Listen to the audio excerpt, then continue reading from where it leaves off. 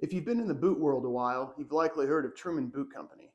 And after my first experience with the company, I now think there's two types of boot people. One, people who have Truman boots, and two, people who will have Truman boots. I'm Patrick, and this is Rocky Mountain Style.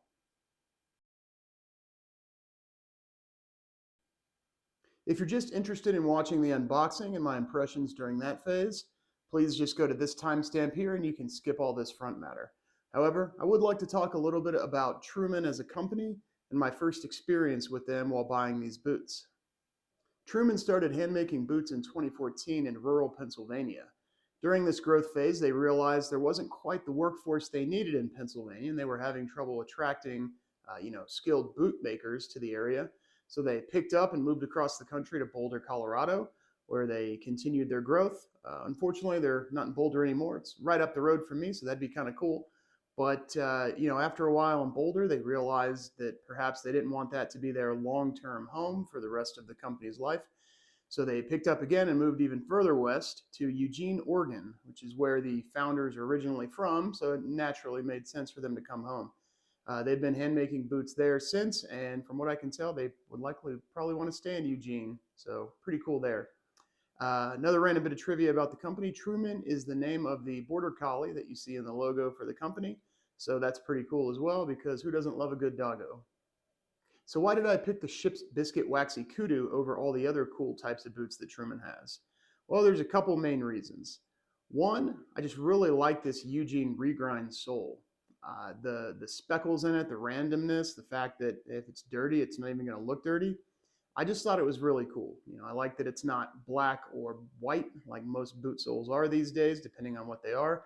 It's this kind of medium brown color. I know from what I've seen on social media, not everybody likes this sole, but in my opinion, I think it's a fantastic sole.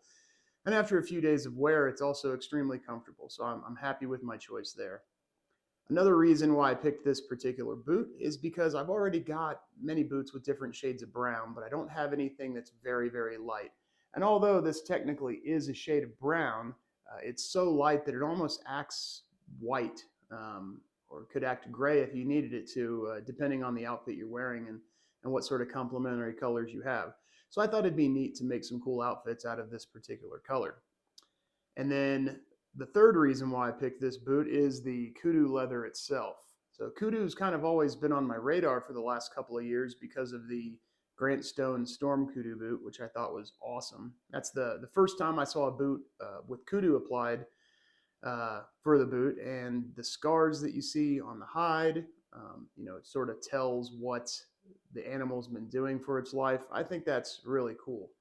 So when I saw this in Kudu, I liked the color, I liked the sole. The Kudu leather basically just put it over the top for me, and so I pulled the trigger.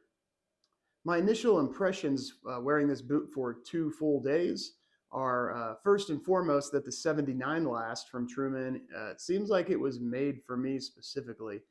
These are 10D in size. I was helped to find that size by the fantastic customer service team at Truman, who asked me several questions about the types of boots I wear, other types of shoes I wear, and then they provided a recommendation for me.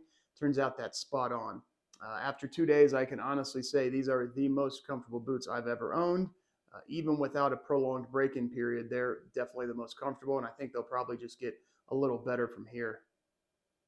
Yeah, and further talking about the comfort, the Kudu leather itself is very soft, so there's very little heel fatigue, which I get a lot on my boots. The stiffness of the heel pressing against your own heel when you're walking is something that really gets me. And usually I can only wear boots for half the day when I first get them if they're really stiff. But with the Kudu leather, there's none of that. So pretty happy with that. So thanks a lot for listening to my story here about Truman, and I hope that you'll stick around to watch the unboxing. So on to the unboxing. All right, guys, here we go with the unboxing of the Truman Boot Company Ship's Biscuit Waxy Kudu. So these came, of course, in 3.5 weeks. They got the shipping notification right on the third week after about 21 days, and they're generally quoted as 6 to 8 weeks. So after talking to some folks, shout out to CW, I feel like I got pretty lucky with these. So, and this is my very first Truman boot, so I'm excited.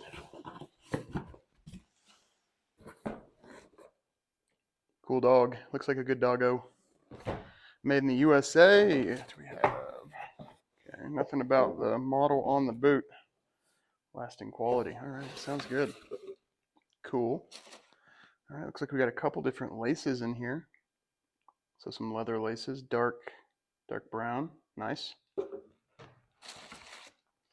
And we've got our rounded waxed cotton boot laces. Cool. Thank you from Truman. All right, very cool. I'll take advantage of that. Drop some pictures on there. Care guide, awesome. All right. So these are, from the comments I've read, some people aren't big fans of the soles on these. I think they look cool in the pics, so let's hope we get a cool randomization. Wow. Yep, those are winners. That is cool. Look at that. So this is the Eugene regrind sole. I'm assuming it gets its name from the fact that it says Eugene on the bottom, but maybe I'm wrong. The Eugene regrind sole, so apparently they use byproducts of the sole manufacturing process and then put them in this sole to get a little recycling going. But yeah, Ship's Biscuit Waxy Kudu. First time I've ever felt or had a Kudu product or boot of any kind. Very cool though how you get all the character from what was on the hide of that Kudu. That's cool. You can just imagine this animal running through the brush or something, I suppose, wherever it lived, maybe hitting some thorns. That's cool. Yeah, at first I wasn't sure how I felt about the tongue being a different color, but then given, just like with all boots, especially with, ones with big brass speed hooks and eyelets like that, when you cinch them tight, you're gonna mess up whatever that is anyways, so no big deal. But yeah, kind of cool. I like it in the two-tone color. Yeah, those are interesting. Yeah, you can see the nails down in there. Yeah, and these are kind of cool too because they won't really ever look dirty. They'll just always look how they look, right? But yeah, that's very nice. Okay, let's check out the other one. Oh, cool. Also, little brush. That's a nice touch. All right.